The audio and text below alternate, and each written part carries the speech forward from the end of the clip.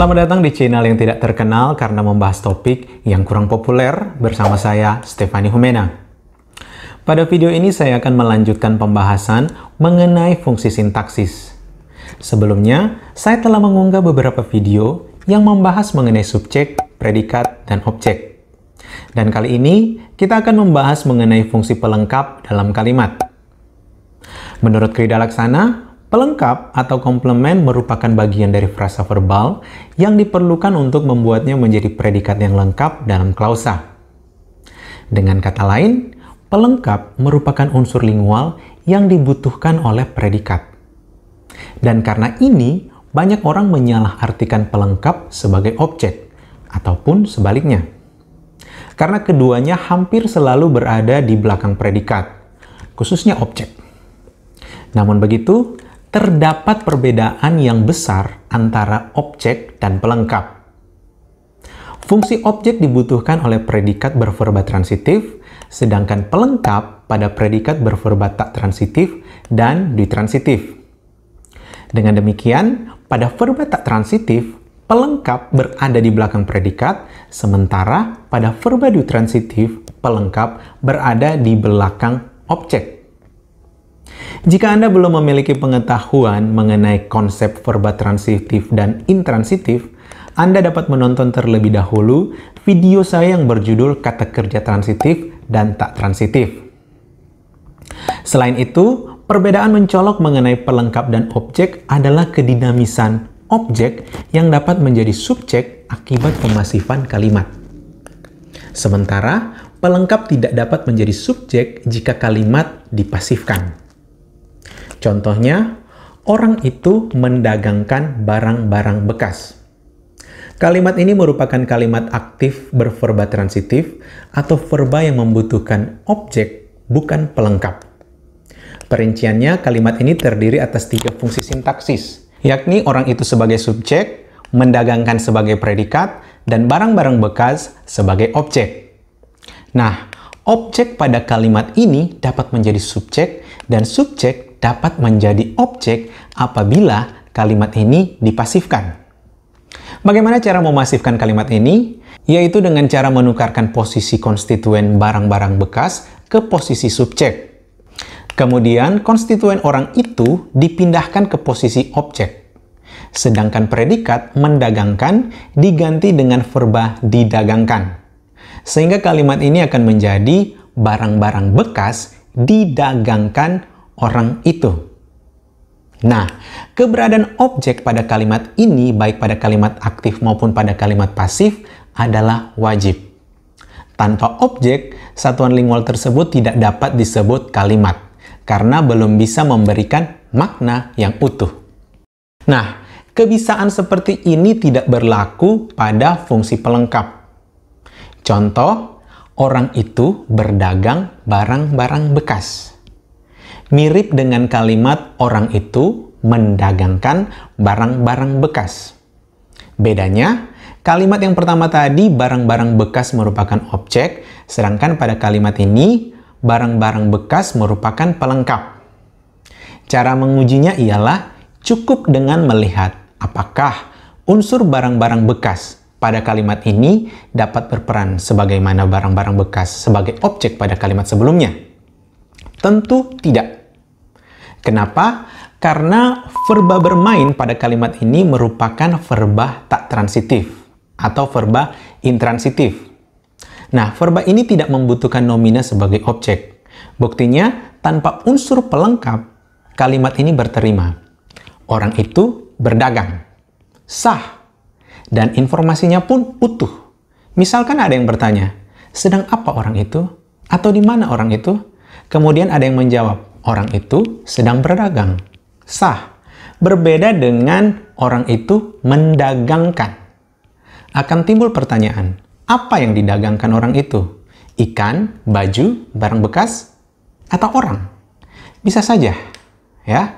Nah, di situ letak keintian objek di dalam kalimat berpredikat verba transitif.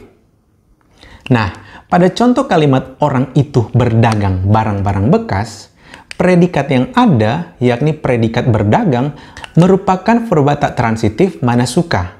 atau verba yang dapat menghadirkan pelengkap dan tidak menjadi masalah apabila verba tersebut tidak disertai dengan pelengkap.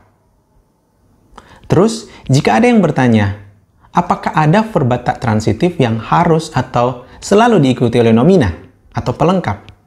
Ada. Predikat jenis ini disebut verba tak transitif berpelengkap wajib. Misalnya, Agnes Mo menjadi penyanyi termahal. Atau contoh lain, dia kejatuhan buah kelapa.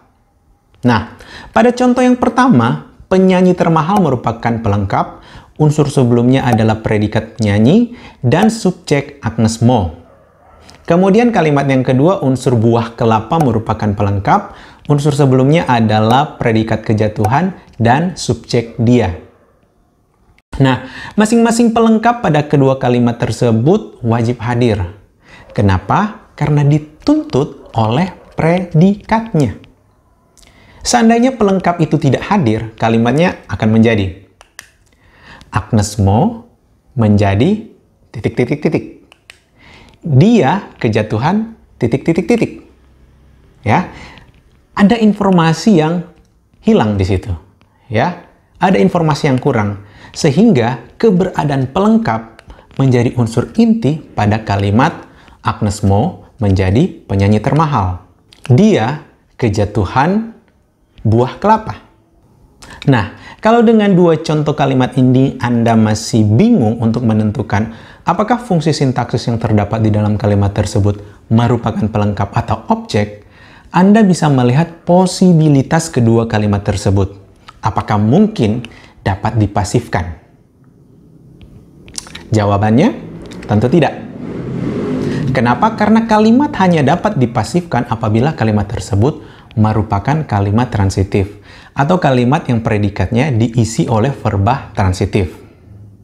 Nah, lebih lanjut, pelengkap tidak selalu hadir di belakang predikat, tetapi dapat juga hadir di belakang objek. Hal ini dimungkinkan apabila sebuah kalimat diisi oleh predikat berverba dwitransitif, atau verba yang membutuhkan dua nomina. Nomina yang pertama terletak tepat di belakang predikat dan berfungsi sebagai objek. Sedangkan nomina kedua berfungsi sebagai pelengkap yang muncul setelah fungsi objek. Contoh, Jacqueline membawakan Steffi segelas teh. Setelah predikat membawakan, kalimat ini berturut-turut diikuti oleh dua nomina, yakni nomina Steffi dan frase nominal segelas teh. Nomina yang pertama berfungsi sebagai objek. Hal ini dapat dibuktikan karena kalimatnya dapat dipasifkan, sehingga menjadi Steffi dibawakan Jacqueline segelas teh. Kita lihat objek dapat menjadi subjek dan subjek dapat menjadi objek, sedangkan nomina kedua, yakni segelas teh, tidak dapat diapa-apakan. Dengan demikian, frase nominal segelas teh disebut komplement atau unsur kalimat pengisi fungsi pelengkap. Kesimpulannya adalah, fungsi sintaksis pelengkap dalam kalimat muncul setelah predikat yang berkategori verba tak transitif. Dan jika ia muncul setelah objek, artinya kalimat tersebut terdiri atas predikat yang berkategori verba dwitransitif, yakni verba yang membutuhkan dua nomina. Nomina yang pertama berfungsi sebagai objek, dan nomina yang kedua berfungsi sebagai pelengkap. Kira-kira seperti itu penjabaran mengenai fungsi pelengkap. Saya berharap Anda mendapatkan pemahaman yang benar mengenai fungsi pelengkap dalam kalimat, khususnya kalimat bahasa Indonesia.